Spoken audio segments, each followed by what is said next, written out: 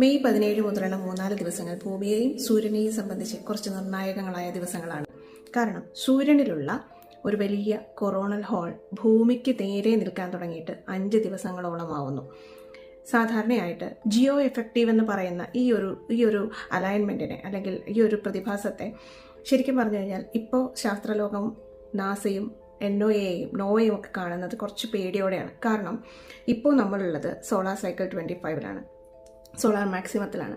Solar മാക്സിമത്തിൽ നിൽക്കുന്ന സമയത്ത് ഒരു കൊറോണൽ മാസ് ഇജക്ഷൻ ഇപ്പോഴാണ് ഉണ്ടാവുന്നതെങ്കിൽ ഭൂമി കടന്നു പോകാൻ പോകുന്നത് കാരിങ്ടൺ ഇവൻറ്റ്, പണ്ട് സംഭവിച്ച കാരിങ്ടൺ ഇവൻറ്റ് പോലെയുള്ള ഒരു വലിയൊരു അപകടത്തിൽ കൂടിയായിരിക്കും.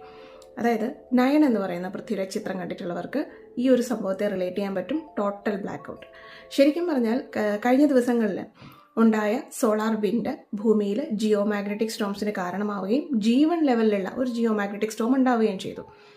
പക്ഷേ ഈ വരുന്ന 3 ദിവസങ്ങളിൽ ഇനി ഉണ്ടാവാൻ പോകുന്നത് G2 ലെവലിലുള്ള ജിയോ മാഗ്നറ്റിക് സ്റ്റോം ആയിരിക്കും. ഞാൻ വിശ്വസിക്കുന്ന ഒരു കാര്യമുണ്ട്, എപ്പോഴൊക്കെ ശക്തമായ G2-ന് മുകളിലുള്ള ജിയോ മാഗ്നറ്റിക് സ്റ്റോംസ് ഭൂമിയിൽ ഹിറ്റ് ചെയ്തിട്ടുണ്ടോ അപ്പോഴൊക്കെ തന്നെ ശക്തമായ ഭൂചലനങ്ങൾ ഉണ്ടായിട്ടുണ്ട്. ഈ കഴിഞ്ഞ മണിക്കൂറുകൾക്ക് മുൻപ് ഒരു 6 to 6.7 റേഞ്ചിലുള്ള റിക്ടർ സ്കെയിൽ മാഗ്നിറ്റ്യൂഡുള്ള ഭൂകമ്പങ്ങൾ റിപ്പോർട്ട് ചെയ്ത് തുടങ്ങിയിട്ടുമുണ്ട്.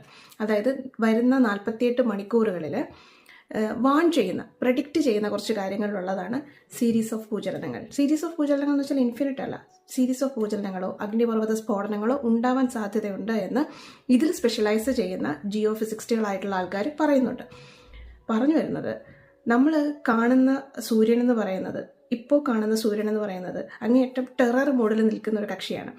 അതായത് വരുന്ന ദിവസങ്ങളിൽ ഒരു ശക്തമായ കൊറോണൽ മാസ് ഇജക്ഷൻ സംഭവിച്ചാൽ നമ്മൾ കടന്നു പോകാൻ പോകുന്നത് ഒരു വലിയ ബ്ലാക്ക് ഔട്ടിൽ കൂടെയാണ്. അതിന് മുൻപുള്ള ഒരു തയ്യാറെടുപ്പ് എന്നോണമാണ് ഇപ്പോൾ ഈ കാണുന്ന കുഞ്ഞു വാർണിങ്സ് ഒക്കെ അവർ പറയുന്നത്. ഈ പറയുന്ന കൊറോണൽ മാസ് ഇജക്ഷൻസ് പ്രവചിക്കാൻ സാധിക്കില്ല എന്നിടത്താണ് നമ്മൾ ഏറ്റവും കൂടുതൽ സഫർ ചെയ്യുന്നത്. ഓൾറെഡി മെയ് ടു നവംബർ വരെയുള്ള സമയത്ത് ഭൂമിയിൽ എന്തെങ്കിലും ഒരു വലിയ ചേഞ്ച് ഉണ്ടാകുമെന്ന് ഇങ്ങനെയുള്ള പ്രഡിക്ഷൻസ് ചെയ്യുന്ന ആൾക്കാർ പറയാറുണ്ട്.